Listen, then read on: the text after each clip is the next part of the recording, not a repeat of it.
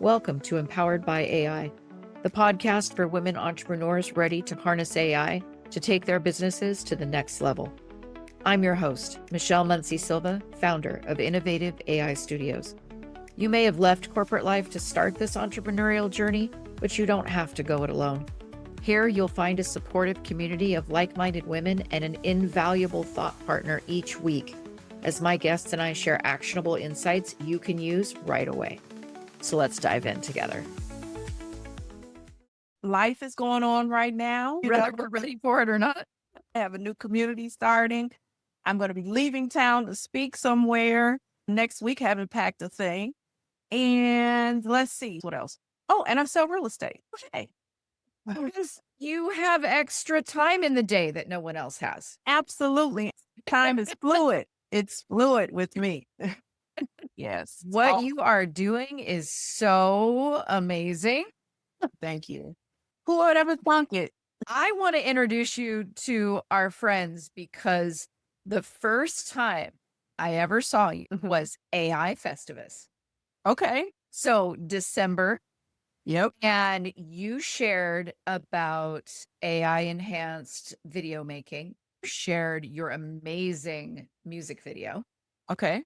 Yep. And ever since then, I've been following you. So now I get to get all up personal. Yes, you do. You get all to yourself, Oh my Right goodness. So Kimberly Offord, would you please Uh-huh. share a little bit with our friends about what got you started in this world that you are mastering?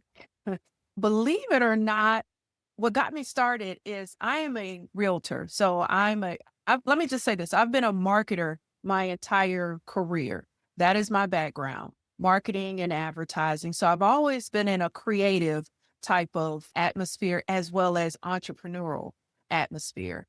I started selling real estate back in, I don't even know, 2007, I believe it was. And I became a managing broker.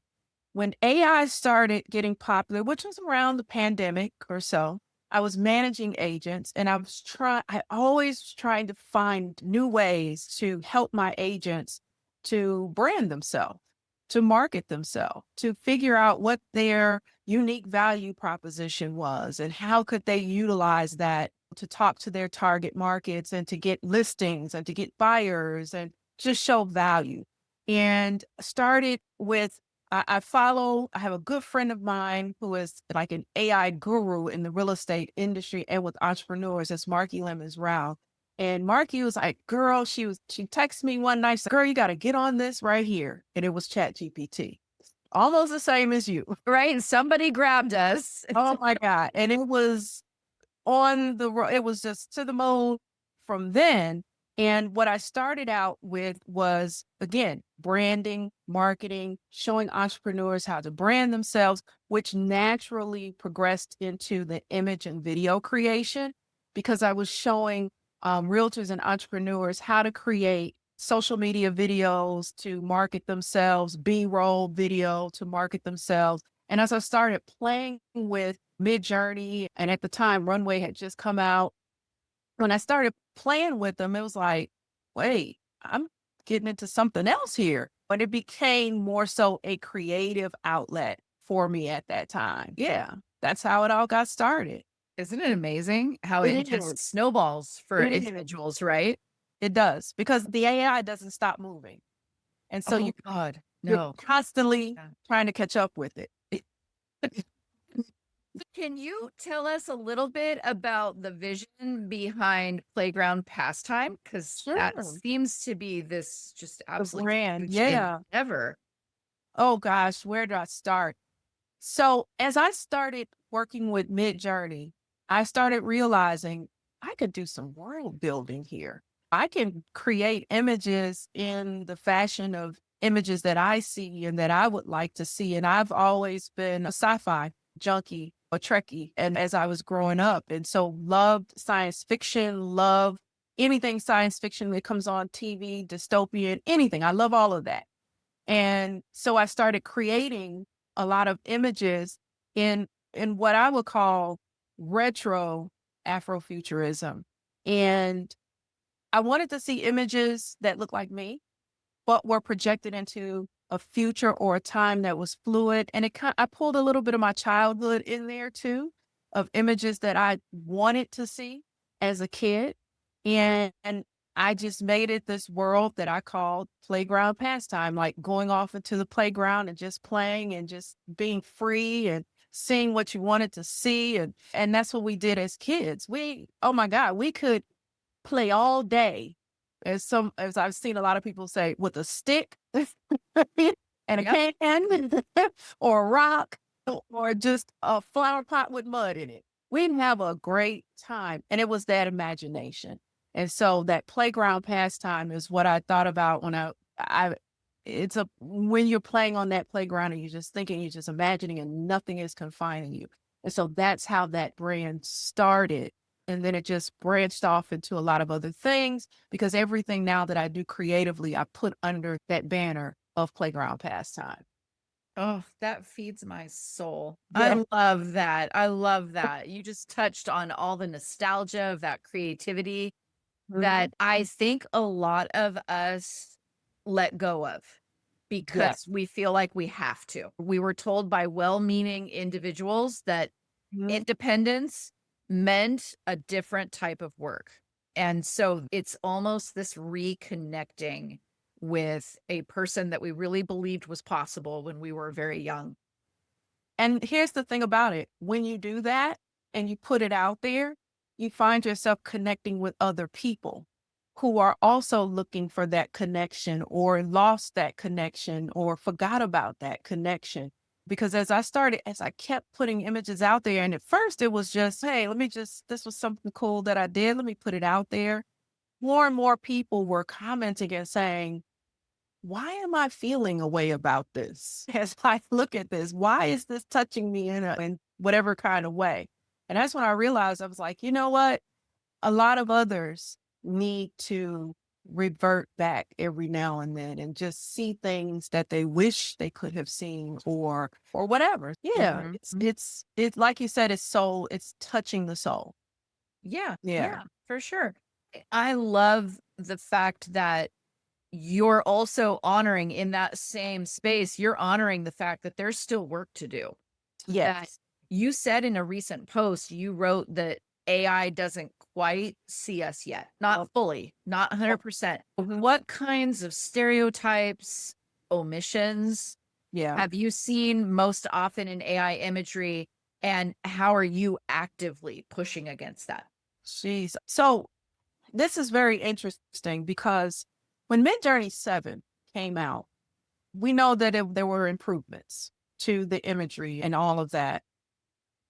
But what a lot of creators that I've talked to, and we've all shared the similar problem, is that when you're creating images of color, what it does, and this is what a lot of the technology does, it takes a one general image and it just puts a tan on it. And what we know is that while VO3 came out and everybody was talking really great and everything looks really real, but the one thing that I know that some of the AI platforms are not getting is the difference in sizes.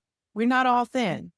The average American woman wears a size 16, or it's very difficult to prompt a larger size person without it looking comical. I've been able to do it, but it's very difficult to do it. It's very difficult. Try prompting a disabled person. Try prompting an accurate depiction of a wheelchair or any other types of walking aids. And the reality of it is that is who we are. It's more. So when you think about underrepresentation, yes, there's definitely some missteps there when it comes to creating people of color, African American people, Hispanic people, Asian people. But there's also a disparity in creating people who are just different. So it gets it right when it comes to details of skin, when it pores, seeing pores and that type of stuff. Or we complain about the fingers that sometimes, sometimes there's 6 fingers, or sometimes there's not enough fingers. Don't make me animate a hand, please. Yeah. Or animate someone actually holding something and having to work with whatever that is that they're holding, like a pen or a hammer or whatever. But there's very simple things that it just doesn't get right. And sometimes what happens is that it puts a stereotypical swing on some of those images. And that's some of the things that it's just not getting right. Now, what am I doing to change that? I am leaning a lot into educating others on how to prompt to get the images that they want to get. I think that's one thing that we can do. But the other thing is that I encourage everyone that I run into who talks about having these issues is to get in these creative partner programs. And once you're in those creative partner programs, you have that direct hit to say to some of the representatives or some of the people who represent these companies that, hey, you're not getting it right when it comes to this. What can you all do to do this differently? And then the other way is just encouraging more people who are different, who want to create different images, they're not that mainstream creator, to just create more and let people see what you're doing. Because this is a great equalizer, to be honest. This is the opportunity for those who don't normally see what they want to see to put it out there. I always say, prompt what you want to see. You have that power. And do you think it's more directing than it is coding? Because I know a lot of people get intimidated by that term prompt engineering. They get intimidated and think, okay, I need to really understand the tech behind this in order to get the image I want. Do you Yeah. think that holds true? Should people allow that to intimidate them? I think that a lot of people were intimidated by Midjourney especially when it was on when it was still on Discord, but when it was solely on Discord, a lot of people told me that they started and they got intimidated. They didn't understand it. It was just a different language and couldn't get it, and they just let go of it. So when Midjourney moved to Midjourney Alpha, it made it a little bit easier because a lot of things are touch and click or dial and click or whatever. But the one thing that I do emphasize all the time is let's try to learn it. It's a little hard at first, but once you get it, you can move with it. To your question, I think that if you're working with platforms like Midjourney's, and Midjourney is trying a little bit to get more language type model, conversational, but a lot of the others are not. They're not as heavy on the technical prompting. They're more so in the conversational role. And that's why a lot of people love ChatGPT. When ChatGPT came out with their image and video models, because it's more conversational. But prompting is it's still important. It's still important to learn it because it will give you that advantage. And allow you to share something that might not be there yet because Yeah. your unique perspective, your unique Mhm. vision. Yep. Yep. And your AI film Tunnels was Okay. that was how I got introduced to you. That became the official music video for a Grammy-nominated artist. I know. I'm still, what in the world? Yeah. Amazing. It's Yeah. amazing. And it's an absolutely beautiful collaboration. Can Mm, you share how that came about? What was your creative process like for that piece? for sure. You know something? That collaboration is a lesson, and you do not have to go viral, nor do you have to have a million followers to get found. All you need is that one right person to find you, or to just so happen the algorithm send your stuff their way. And then it's whoa. And so what happened was that some kind of way or another, one of my videos came across Layla's algorithm, and she commented on it and said she loved it, whatever. And then after that, I guess maybe the videos kept falling in her algorithm, and she was still commenting, whatever. And I'm sitting there, is this really who I think it is? I'm thinking I'm getting catfished or something. Lalah Hathaway, what? Yeah, like I'm getting punked. I'm like, okay, wait a minute. And so bottom line, long story short, she came out with a new album. There were a couple of songs on the album that I really sincerely like. A lot of my stuff is music driven. And so if something comes up that I like, I'll create images and create a video to it to tell the story of what I see that song is. And so I did that to one of her songs on that new album. And she sent me a message and said, okay, we might need to do this for real. And I got an instant message, private message from her, said, hey, let me get your phone number. I want my manager to call you. And I'm like, whoa. And I'm still thinking I'm getting catfished, right? Michelle, I'm still like, I'm giving you my flip phone number. I'm thinking this is somebody who's going to be behind the curtains like the wizard. Like, it's not going to be that person. Then cut the chase. Basically said, this is the song I want you to do a video for. Gave me like 3 words of how she wanted this video to be. And basically they told me, run with it, do what you do. And what you see now is not the original video. So we went through a few edits and finally got it to what her vision was. And and then that was that. But I did that video back I think I was done with that video around September, October. Okay. And it actually premiered in November. Mm-hmm. And now here we are in May, and look how far AI has come since November. Oh my God. Yeah. I look back at that video and I'm like, I'm really impressed with what I was able to do then with that video. And it took a lot. And it took a lot to get that video the way that it was. But I look at AI now and I'm like, wow, what could I have done with that video now? So we'll see. We'll see what happens. I'm still in contact with Lalah, and it's like when you find that one person that you're vibing with, it's like creatively, it's okay. What you want to do next? Exactly. Next song.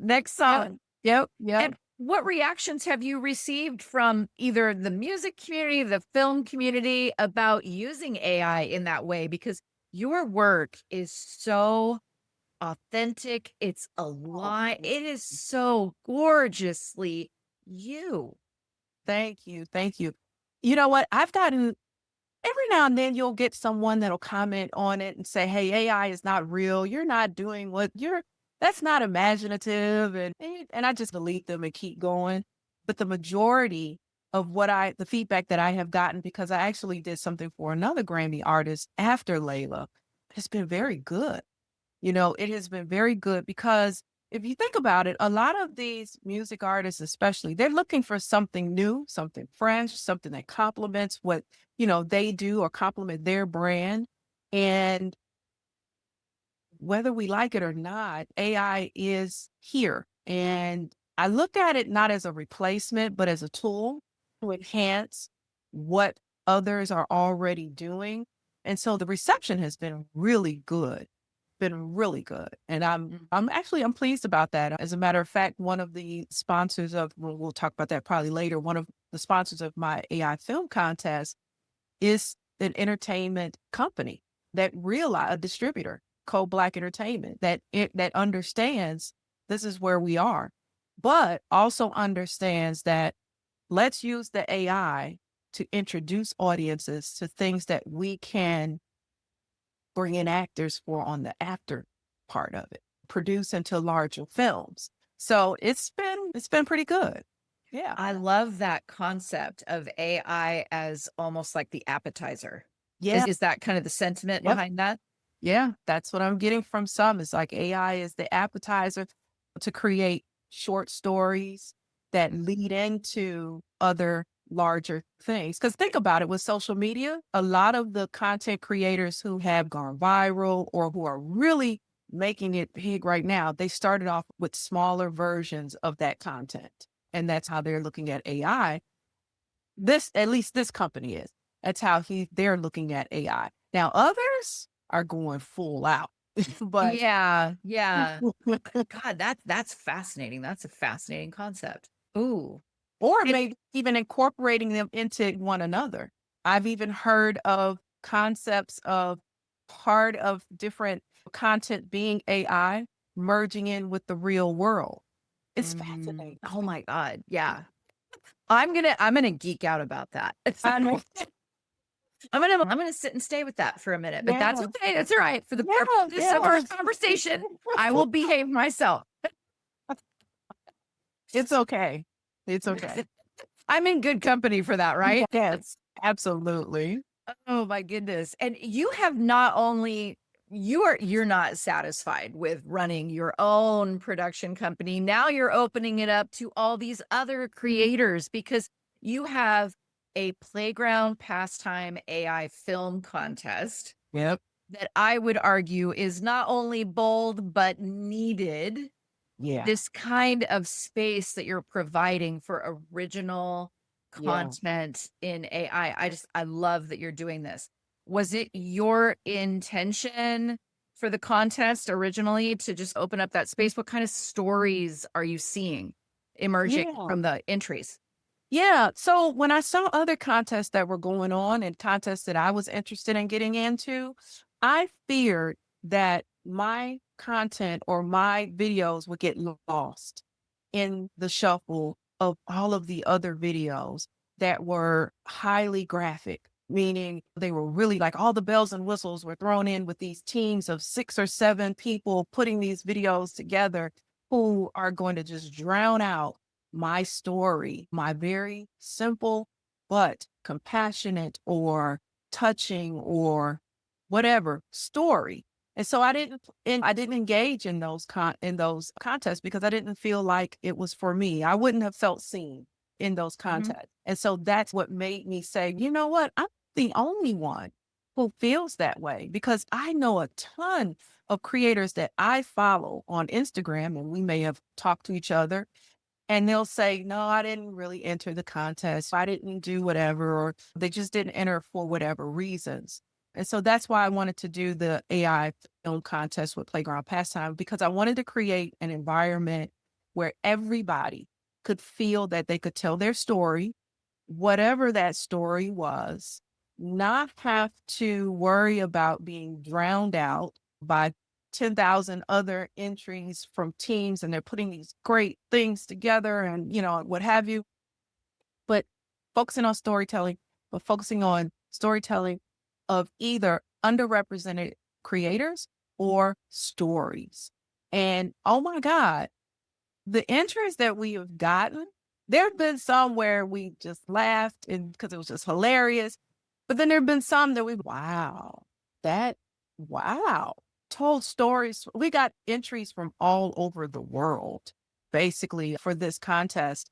And just, I was speechless, to be honest. I was humbled and speechless, but it's just so interesting how many people came to me that I've talked to online or on LinkedIn or whatever, and they've said, I'm going to enter because I just really want to tell this story about, and then it would be a family member or the story about that I've always wanted to tell about immigration and migrating to a different country or whatever. And I just said, welcome, come on, tell it. Let's see it. Let's see it. The only thing I hate, Michelle, is that I couldn't give everybody an award. I Right. really hate that because anytime anyone puts their story out, they're bearing a part of them. Yeah. They're letting that baby out. They're letting out stuff. For some people, they're letting out a secret or they're letting out whatever it is. And that is huge for anyone. And I wish I could give everybody an award. We can't do that. But we can give everybody a voice to be I seen. love that. I Yeah. love that. I Yeah. love that. And I think that by you modeling that, it's such a needed opportunity for people to feel that this is a safe space for them to share that Yeah. secret, that moment, that Mhm. experience. What Mhm. do you hope that attendees take away from the June 5th viewing party? That they can be seen, that they're valuable, that their voice is valuable, that you don't have to have a team of 10 really technical and experienced Academy Award producers to put together a great video with AI that can touch people and that can tell a story. I want them to come away from that contest knowing that it's okay, that even if that is not my story, it's still important that I hear it. It's still valuable that I hear that person's point of view. So yeah. and that there's going to be more contests that they can get in. And if someone, that's one of the things I wanted to touch on with you, is that if someone's catching this episode after the event, Mhm. can people still support the creators that participated? Will there be a site? Is there something that they can connect with? Yeah. Yeah. So all of the creators that are going to, first of all, the viewing party, we're going to have that viewing party live stream on YouTube, Facebook, and LinkedIn. And we're going to have snippets of each part of that viewing party are going to live right there on YouTube. And so what we're also going to do is to set up something where you can click on the links to go support those particular creators who put something into the contest. And then we're going to be showcasing them, the winner of the contest, as well as 6 of the runner ups are going to be featured in She Is AI magazine. So that's one great thing right there, is that they will get that spotlight as well. That's Yep. absolutely fantastic. And how do you think creators can help? Because you've talked about that diversity in AI, it's not just about who gets to use it, but who gets seen by them, right? It's how can creators help AI learn to see us all more honestly so that they do feel empowered to share versions that they feel truly represent themselves?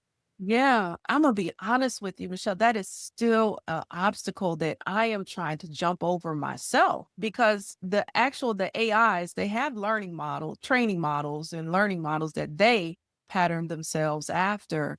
And so that's one of the things that I have struggled with. And that's why I've been reaching out whenever I can as a creative partner to say, hey, this is not what, this doesn't see me.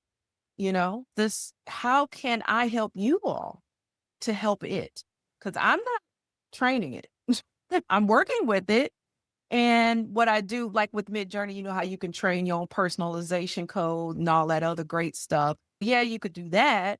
But if I just go into some of these and I just say, hey, give me an African American woman walking down the street, I guarantee you right now, Midjourney 7 is going to be the same woman every single time. We might get a little few variations. I might get a few variations.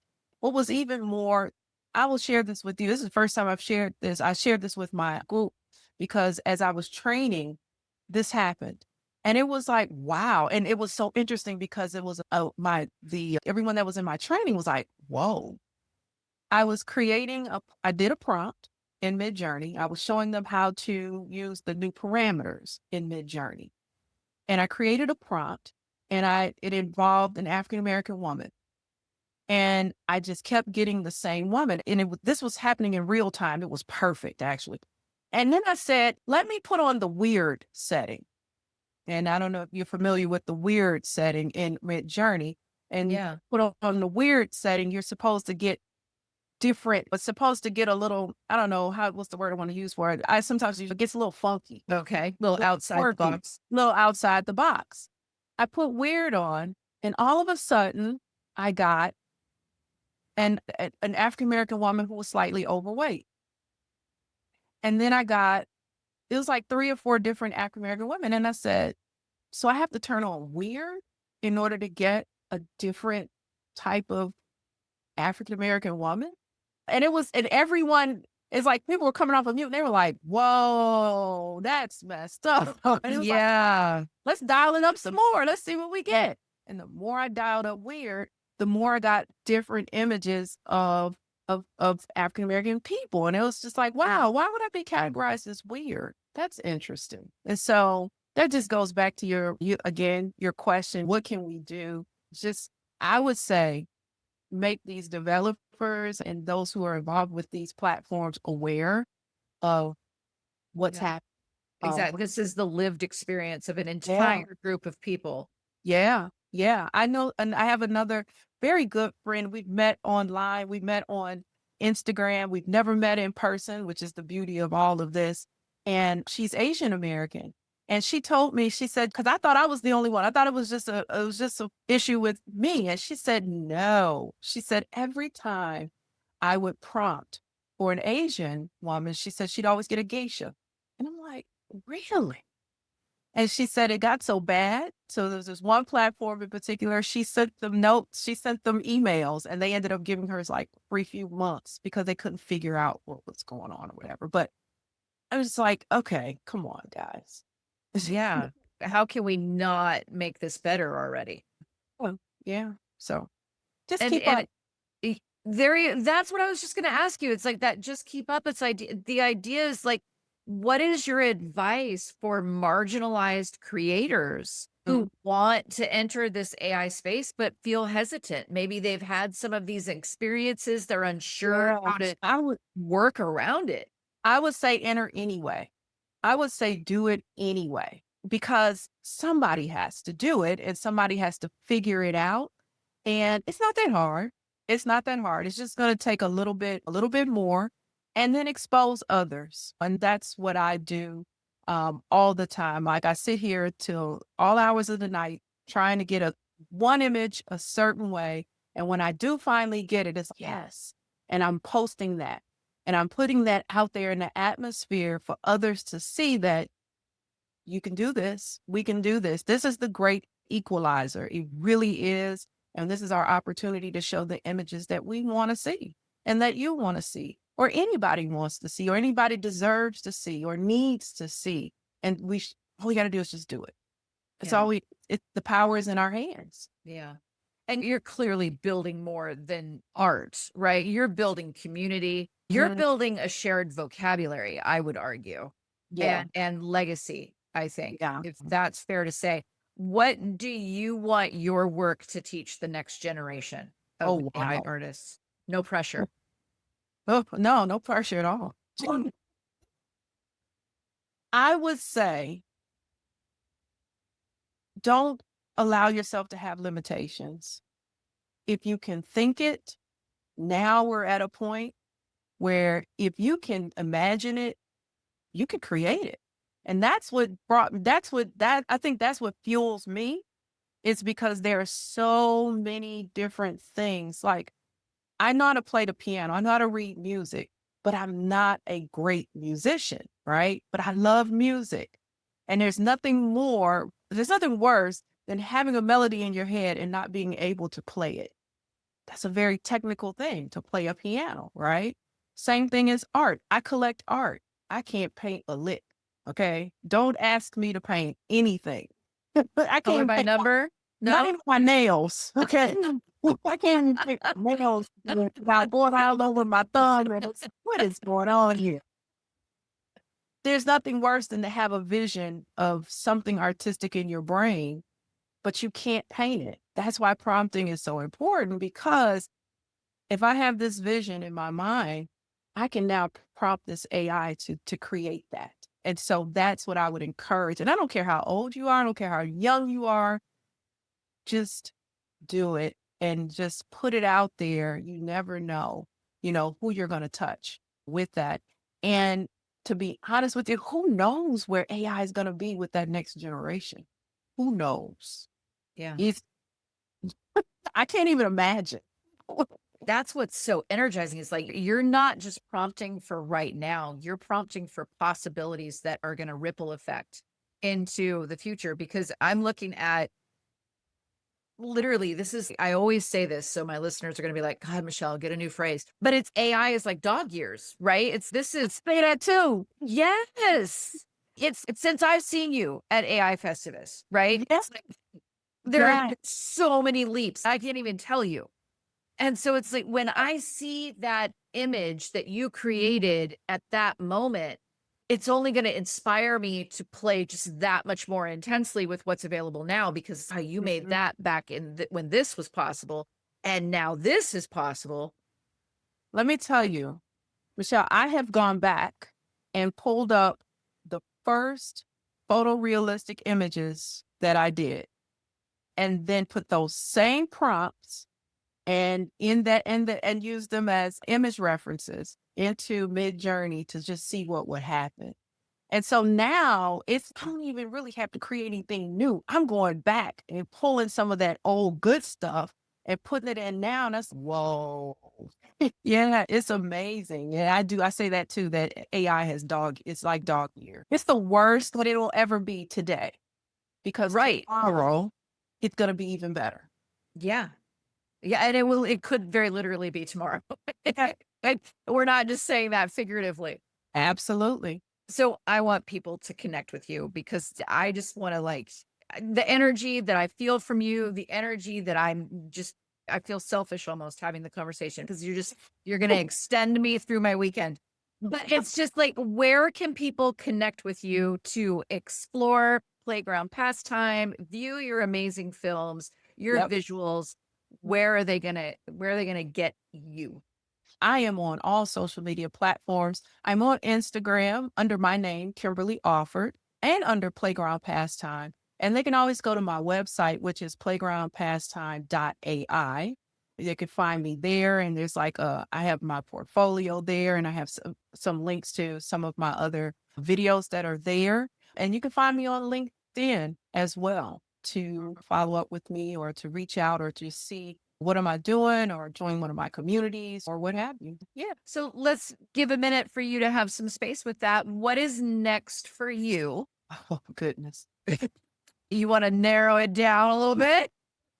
No, and what is next for me? We're going to do a second round of the Playground Pastime AI film contest this year. We're going to do a second round in August, and we're going to take that into the end of the year. And we're talking right now with having that being the culmination of that being a live viewing at a theater somewhere, probably possibly here in Chicago. So that's what's coming down the line for Playground. And then in 2026, I'll just say this.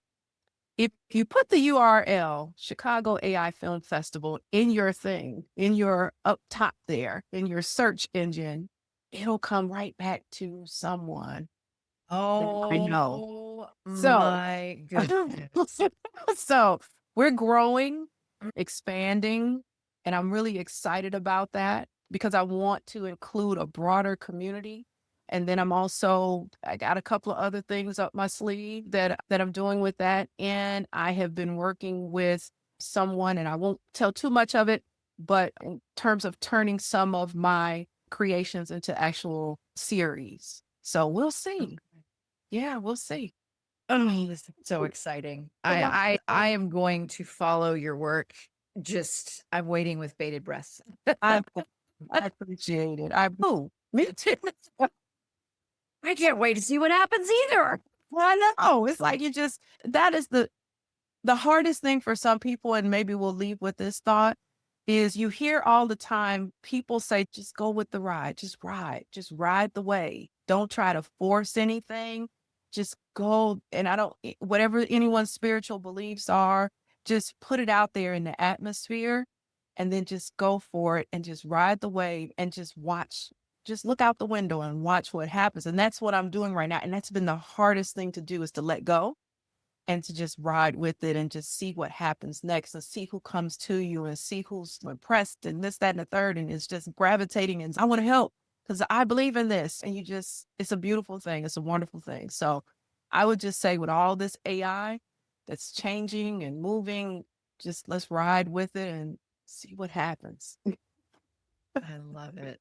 I love it. Sage Yeah. advice Yeah. from an amazing artist. Thank you so much. Thank you.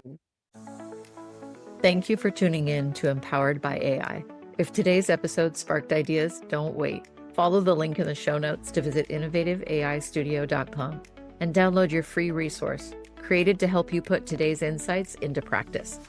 Be sure to subscribe so you don't miss out on future episodes packed with more tips, tools, and inspiring stories. Until next time, stay empowered and keep innovating.